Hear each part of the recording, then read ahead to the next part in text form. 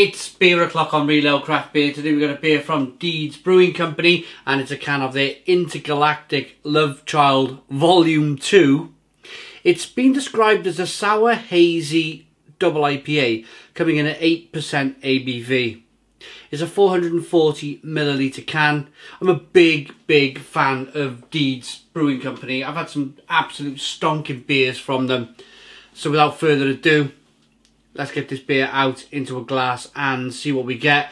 It was sent from our wonderful friend in Australia, Travis. Here we go then.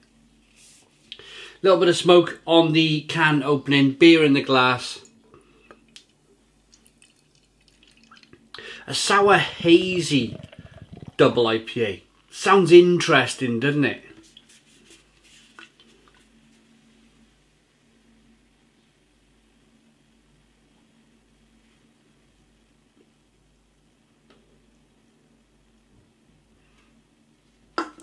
One finger white head. Look at that haze. Look at that haze. Fantastic.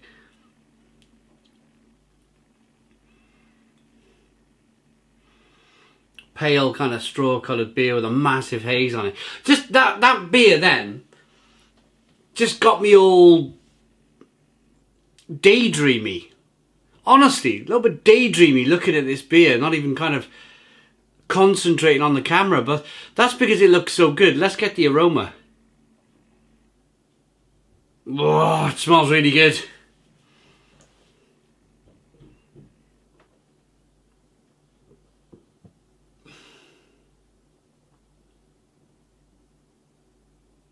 It's got a real pineapple feel to it.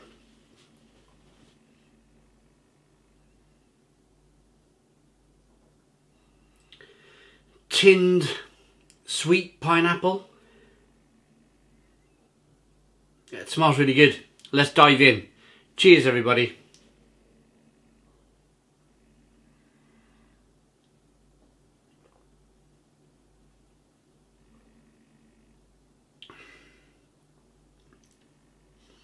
Wow. Woo! Wow. I gotta put that down. Stone the crows. Stone the crows. That is really sour. Really sour and really hoppy and really kind of, yeah, mixed fruits like pineapple and lemon and grapefruit, but then massive sourness hitting you in the face at the same time. Unbelievable, unbelievable. Wow. I'm trying to kind of dissect the beer. I'm trying to pull it apart a bit to try and kind of just break this down, see what we have in the glass. There's so much going on, that's what I'm trying to say.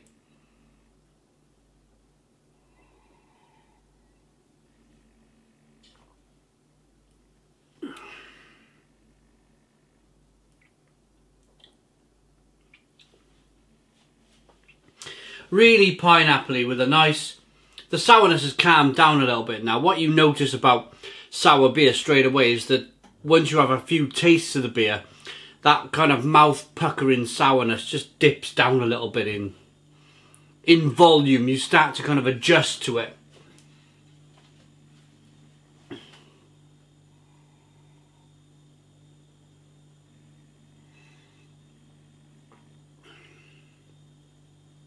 It's very drinkable. It's very refreshing. It's very drinkable for an 8% ABV beer. Carbonation pushes the beer on the inside of the mouth, releases more of the flavour. I tell you what, I'm struggling a little bit with this beer. My struggle a little bit, and perhaps the description of the beer will help me out a little bit. It's been described as a double IPA. And is that kind of double kind of, well, they've called it hazy double IPA, so lots of flavour in the middle. I'm just struggling with the bitterness a little bit. I'm just wondering, as it is a double IPA, should it have a little bit more bitterness than it actually has? See, that's where I've got my old school brain on now. When I read double IPA, half of my brain expects a big smack of bitterness on the back end, because I've drank so many of these kind of American double IPAs that do. They literally punch you in the face with those IBUs. I suppose it's the adjustment. It's reading the description, or not just the description, but the name of the beer. A sour hazy double IPA. So because of the word hazy, does that necessarily mean straight away that all of the flavours in the middle of the beer, and just vaguely look at it as a double IPA? I'd be interested on your thoughts in the comments box on this. Am I overlooking it? Am I not looking at it enough?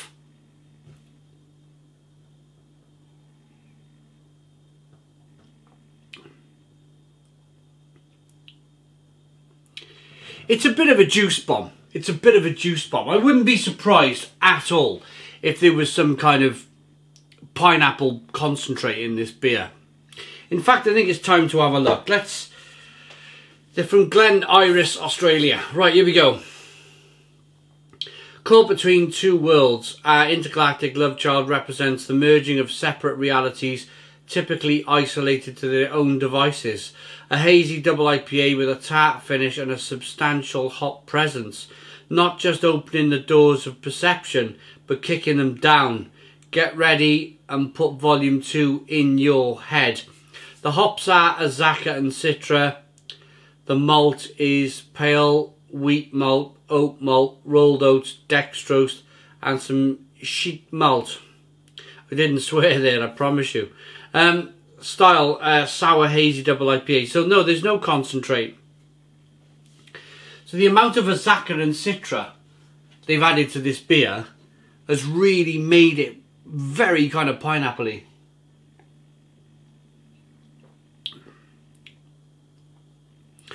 Almost apple-y as well, a sweet apple with pineapple.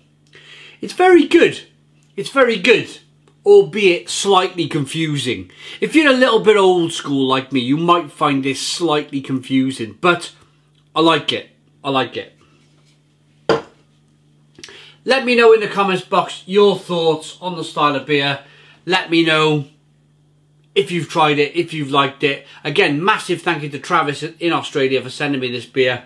I watched John from Lords unboxing this on Saturday night, yesterday, because I'm recording this on Sunday, and I thought to myself, I'm going to get it done. I'm going to get that one done tomorrow night. So thank you. If John's watching right to the end, big shout out to John from Lords for reminding me to get this beer done. Rating.